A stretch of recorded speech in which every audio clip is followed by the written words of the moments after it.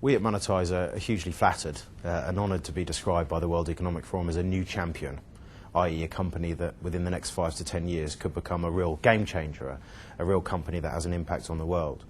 The platform that we've built, which is a mobile banking platform, it basically enables banks and mobile phone networks around the world to connect into our infrastructure and provide consumers 24/7, 365, always on access to their key financial information.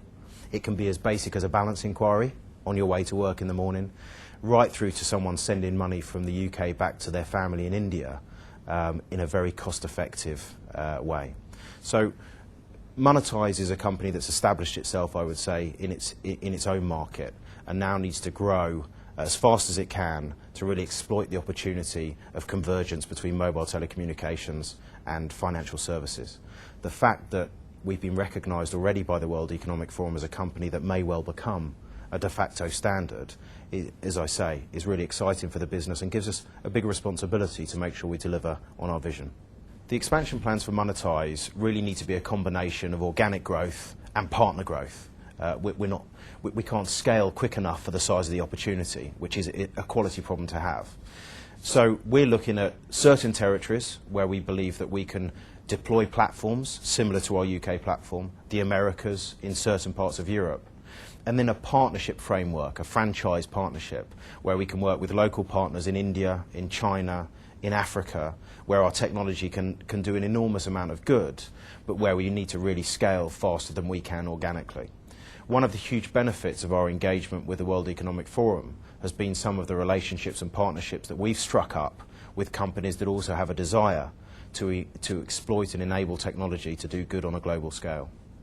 For me, there are a couple of critical ingredients for effective growth in today's society, not just in a business sense or a consumer sense, but also in a technology environment within which we work.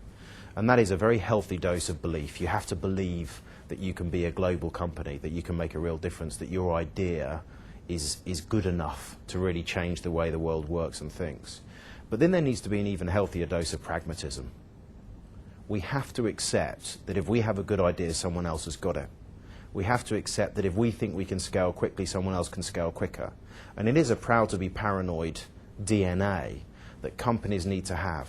You need to say, how do I scale through partnerships whilst retaining my DNA, whilst retaining my intellectual property, but fast enough so that my idea fulfills all of its ambitions?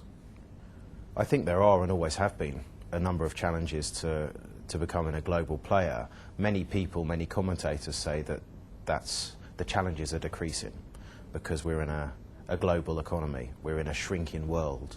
It's easier to analyse and see what's going on elsewhere in the world, but of course that applies to everyone. So I think increasingly the big challenge is to companies that have market-leading ideas or ideas ahead of the curve is at what stage do you really start to evangelise them? What stage, if you do believe you've got a game changer, do you start to share that news? And certainly how we address that challenge is we have a classic incubator model. We incubate our technology, we work with our partners to ensure that it's ready to go mass market before we start singing from the hilltops about it. Well, we're really excited about the meeting in Dalian in September for the new champions, the growth companies, the companies that want to get there but haven't quite got there. I see this meeting as a new era in the World Economic Forum programme because we've been involved in the annual general meeting for the last 2 years. But this time what we're talking about is the companies that aren't there yet but are getting close or have aspirations to get into the top 500 companies in the world, but also understand the importance of making a difference, improving the state of the world on the way up as well as when you get there.